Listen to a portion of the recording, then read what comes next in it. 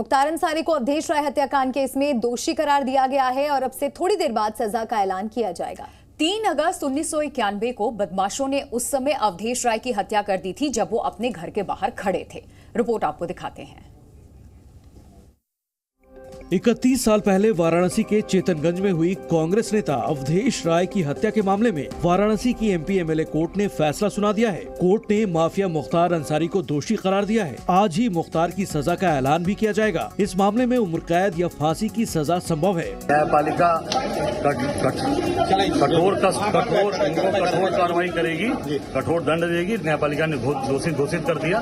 2 बजे बाकी सजा का ऐलान करेंगे। क्या उम्मीद है 2 बजे किस तरह की सजा सुनाई जाएगी? मुझे लगता है कि कठोरतम दंड मिलेगा। अब ये तो हम न्यायपालिका यही करेगी। दरअसल 3 अगस्त 1991 को वाराणसी के लहुराबीर इलाके में रहने वाले कांग्रेस नेता अवधेश राय की गोली मारकर हत्या कर दी गई थी। अवधेश राय पिंडारा के कई बार विधायक रहे कांग्रेस नेता अजय राय के बड़े भाई थे। 3 अगस्त 1991 को अवधेश राय अपने भाई अजय राय के साथ घर के बाहर खड़े थे। सुबह का वक्त था। एक वैन से आए बदमाशों ने अचानक फायरिंग शुरू कर दी।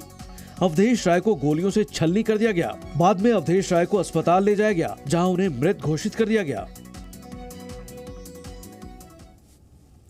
और बालासोर हादसे के बाद एक बार फिर से ट्रेनों की बहाली हो गई है। आज कई ट्रेनें अप एंड डाउन ट्रैक से गुजरी थी। हादसे के बाद से ही ट्रैक की मरम्मत का काम जोरों पर था। बुधवार की समय सीमा से पहले ही काम पूरा कर लिया गया।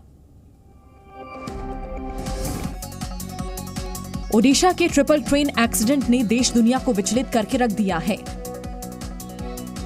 इस भयानक हादसे में 275 लोगों की मौत हो गई। दुर्घटना के बाद प्रभावित पटरियों पर आज एक बार फिर से यात्री ट्रेनों को चलाना शुरू कर दिया है।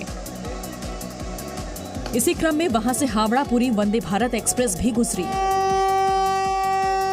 आमतौर पर स्पीड में दौड़ने वाली वंदे भारत यहां से गुजरने के दौरान काफी धीमी गति से चलती नजर आई। हादसे के 51 घंटे के अंदर ने प्रभावित पटरियों पर ट्रेनों की आवाजाही फिर से शुरू कर दी है। आपको बता दें कि बहनगर रेलवे लाइन को पूरी तरह रिस्टोर कर लिया गया है और आज सुबह अप लाइन पर पैसेंजर रेलगाड़ी भी चलनी शुरू हो गई है। वहीं कल रात में डाउन लाइन पर भी ट्रेन चलाई गई थी। फिलहाल इस सेक्शन पर स्लो स्पीड में गाड़ी चलाने के निर्देश दिए गए हैं। ओडिशा में हुए बालासोर ट्रेन हादसे को लेकर कांग्रेस अध्यक्ष मल्लिकार्जुन खड़गे ने प्रधानमंत्री नरेंद्र मोदी को पत्र लिखा है। कांग्रेस अध्यक्ष ने पत्र में रेल हादसे पर दुख जताते हुए पीएम से कई सवाल भी पूछे हैं। ओडिशा के बालासोर में हुए ट्रेन हादसे के बाद अब कांग्रेस ने केंद्र सरकार पर निशाना साधा है। प्रधानमंत्री को लिखे गए लेटर में कांग्रेस अध्यक्ष मल्लिकार्जुन खड़गे ने कई सवाल पूछे हैं। इस हादसे में 275 लोगों की जान गई है और काफी लोग घायल हुए हैं। कांग्रेस अध्यक्ष मल्लिकार्जुन खड़गे ने इस हादसे को आजाद भारत के सबसे दर्दनाक मामलों में से एक बताते हुए केंद्र पर कई आरोप लगाए हैं। खड़गे ने पत्र में लिखा है कि रेलवे में 3 लाख पद खाली हैं। बड़े अधिकारियों के पद भी खाली हैं। जो पीएमओ भर्ती करता है उनको 9 सालों में क्यों नहीं भरा गया? कि उन्होंने सब बातों को समझ के बहुत एक गहराई के साथ उन चीज़ों को देख के उस पर लिखा है। उस पर कोई मेरी टिप्पणी करने वाली बात नहीं, एक्सेप्टिंग ये कि हाँ वो सब बातें सही हैं। सीबीआई की इंक्वायरी का क्या तुक है इसमें? ये केस एक रेलवेज की सिस्टम के फेलियर का है जिसको मंत्री ने खुद माना है। खड़गे ने ये भी पूछा है कि पहले के हादसों से सीख क्यों नहीं ली गई, सिग्नलिंग सिस्टम में सुधार क्यों नहीं हुआ। साथ ही ये भी पूछा है कि सीआरएस के सुझावों को नजरअंदाज क्यों किया गया। केंद्रीय रेल मंत्री अश्विनी वैष्णव ने बालासोर हादसे की सीबीआई जांच की सिफारिश की है। इस हादसे में कुल 275 लोगों की मौत हुई है और सैकड़ों लोग अभी भी अस्पताल में भर्ती हैं। ओडिशा के बालासोर में हुए रेल हादसे पर केंद्रीय रेल मंत्री अश्विनी वैष्णव ने बड़ा ऐलान किया है। रेल मंत्री ने हादसे की सीबीआई जांच की सिफारिश की है। आगे के इन्वेस्टिगेशन के लिए इस केस को, इस पूरे मामले को सीबीआई के पास देने का रेलवे बोर्ड की तरफ से रिकमेंडेशन किया जा रहा है। बालासोर हादसे में कुल 275 लोगों की जान चली गई। सैकड़ों लोग घायल होकर अस्पताल में भर्ती हैं। जी न्यूज की टीम ने हादसे के पहले चश्मदीद को ढूंढ निकाला है। हमारे संवाददाता विशाल पांडे ने रघुनाथ पात्रा नाम के चश्मदीद से जानने की कोशिश की कि हादसे के बाद वहाँ का मंजर कैसा था। जब आवाज आया हम लोग दौड़ के आए हैं इधर। आने बाद देखा सारे ट्रेन इधर उधर हो गए हैं। इसके बाद जो अंदर आए हैं सारे लोग, लेकिन प्रशासन आने से पहले हम लोग सारे यहाँ पे थे और बगल बगल में गांव में सब आए हैं। अच्छा, आपने क्या देखा उस समय, क्या हुआ था? पहले इधर तो हम आए हैं, आने के बाद बोलते हैं इधर गिर गया था। हाँ। उसके बाद वो वाला जैसे है उस सारे गिर गया था उधर। हाँ। बालासोर ट्रेन हादसे को 3 दिन हो गए, लेकिन अब भी अपनों की तलाश जारी है और अब इसी कड़ी में आरएसएस और वीएचपी जैसे संगठनों ने बालासोर अस्पताल में एक हेल्प डेस्क बनाया है। यहाँ पर मृतकों के शवों की तस्वीर है, जिससे परिजन अपनों की पहचान कर रहे हैं। वहीं कुछ सामाजिक संगठन भी आगे बढ़कर लोगों की मदद कर रहे हैं। बालासोर हादसे में कई ऐसे लोग भी हैं जो अभी तक लापता हैं। लोग अपनों की तलाश में भटक रहे हैं। कई संगठन भी अपनी तरफ से लोगों की मदद कर रहे हैं। आरएसएस और वीएचपी ने बालासोर अस्पताल में एक हेल्प डेस्क बनाया है, जहां पर मृतकों की तस्वीरें लगाई गई हैं। अलग अलग हेल्प डेस्क सेंटर्स बनाए गए हैं, जहां पर परिजन अपने लोगों को ढूंढने आ रहे हैं जो उस ट्रेन में यात्रा कर रहे थे। एक तस्वीर हम आपको दिखाने की कोशिश करेंगे। हालांकि तस्वीरें ऐसी हैं जो आपको विचलित भी कर सकती हैं। जो लोग अपनों की तलाश में पहचान पत्र लेकर आते हैं, यहाँ पर आरएसएस, विश्व हिंदू परिषद, ऐसे ही तमाम दलों से जुड़े लोग मदद कर रहे हैं। वहीं पश्चिम बंगाल के तपन कुमार कोरोमंडल ट्रेन से चेन्नई नौकरी के लिए जा रहे थे, लेकिन हादसे के बाद से ही उनके बारे में कोई जानकारी नहीं मिल पाई है। कुछ समाज सेवी संस्था से जुड़े लोग उनकी तलाश में जुटे हुए हैं। सोरो अस्पताल गया हूँ, वहाँ से भी पूछताछ किया हूँ कि वहाँ कोई गया कि नहीं गया, तो वहाँ भी कुछ टेस्ट नहीं मिला। तो यहाँ भी आया तो हॉस्पिटल बहुत पूछताछ किया तो कोई बोल नहीं पाया।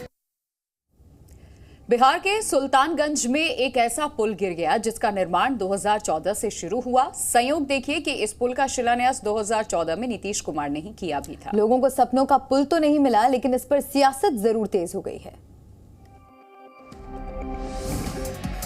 बिहार में सीएम नीतीश कुमार का ये ड्रीम प्रोजेक्ट कितना मजबूत है, इसका अंदाजा इस एक पुल से लगाया जा सकता है। भागलपुर में गंगा नदी पर बन रहा पुल अचानक भरभरा कर गिर पड़ा। 1750 करोड़ से भी ज्यादा की लागत से तैयार किया जा रहा ये पुल कुछ ही सेकंड्स में नदी में समा गया। पुल के गिरने की बात से ही बिहार में सियासत तेज हो गई है। सीएम नीतीश कुमार ने कहा है कि मामले की जांच की जाएगी। फिर गिरा है, कल ही हमको पता चला है, तो तुरंत हमने विभाग के सब लोगों को कहा कि जाकर के देख लीजिए और तुरंत एक्शन लीजिए। ये कोई तरीका नहीं, अब तक तो हो जाना चाहिए था जी। वहीं बीजेपी ने हादसे के बाद नीतीश सरकार पर निशाना साधा। ये नीतीश कुमार जी का भ्रष्टाचार दिख रहा है और नीतीश सरकार पूरी तरह इस पूरे भ्रष्टाचार में लिप्त है। और मैं तो कहता हूं कि नीतीश जी को जांच कराना चाहिए। बिहार में गंगा नदी पर बन रहे पुल को अब फिर से बनाया जाएगा। पिछले 9 साल से जिस पुल को बनाया जा रहा था उसकी लागत 100 या 200 नहीं, पूरे 1750 करोड़ रुपए थी, जो गंगा में बह गया। और इस पुल की डेडलाइन कई बार बढ़ाई भी गई है। पुल तो नहीं बन पाया, लेकिन करप्शन की कलई जरूर इस पुल ने खोल दी है। रिपोर्ट आपको दिखाते हैं।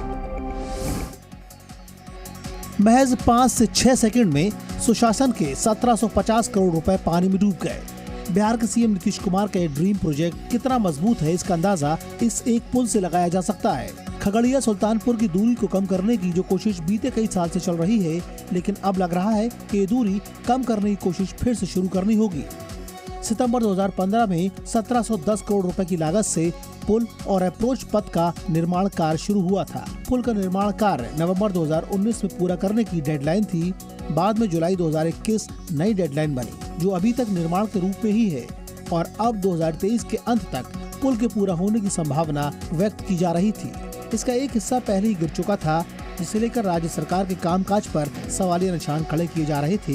बिहार के मुख्यमंत्री नीतीश कुमार ने भागलपुर में निर्माणाधीन पुल गिरने की घटना की जांच के आदेश दिए हैं और घटना के लिए जिम्मेदार लोगों की पहचान करने को कहा है। बिहार के भागलपुर में सुल्तानगंज में निर्माणाधीन पुल के 3 पिलर गिर गए, जिससे लगभग 100 मीटर तक का पुल ढह गया। सुल्तानगंज अगवानी पुल मुख्यमंत्री नीतीश कुमार का ड्रीम प्रोजेक्ट रहा है, जिसमें भ्रष्टाचार इस कदर घुस गया कि पुल बनने और शुरू होने से पहले ही गंगा में समा गया। आपको दिखाते हैं, यही सुल्तानगंज अगवानी पुल है, जिसका सबसे पहले शिलान्यास 2013 में नीतीश कुमार ने किया था। अब देख लीजिए कि इस गंगा नदी के बीचों बीच इसमें पाए हैं और इस पाए के ऊपर स्लैब ढाला जा रहा है और इसी में हम आपको आगे तक दिखा रहे हैं कि कैसे स्लैब इसमें ढाला जा रहा है और जो टेक्निक इसमें इस्तेमाल किया जा रहा है वो टेक्निक कहा जा रहा है कि बिल्कुल लेटेस्ट टेक्निक है और इस टेक्निक के सहारे इस ब्रिज का निर्माण हो रहा था। सुल्तानगंज से अगवानी घाट तक ये ब्रिज है और इसका अप्रोच पथ दोनों साइड का अगर आप देख लें तो लगभग ये 25 से 30 किलोमीटर का है और ये बीच में जो ब्रिज है इसकी दूरी लगभग 3.5 किलोमीटर कही जा रही है। और सबसे बड़ी बात है कि 1750 करोड़ रुपए से की लागत से इस ब्रिज का निर्माण हो रहा था। हम आपको पूरा गंगा के अंदर से यह ब्रिज दिखा रहे हैं।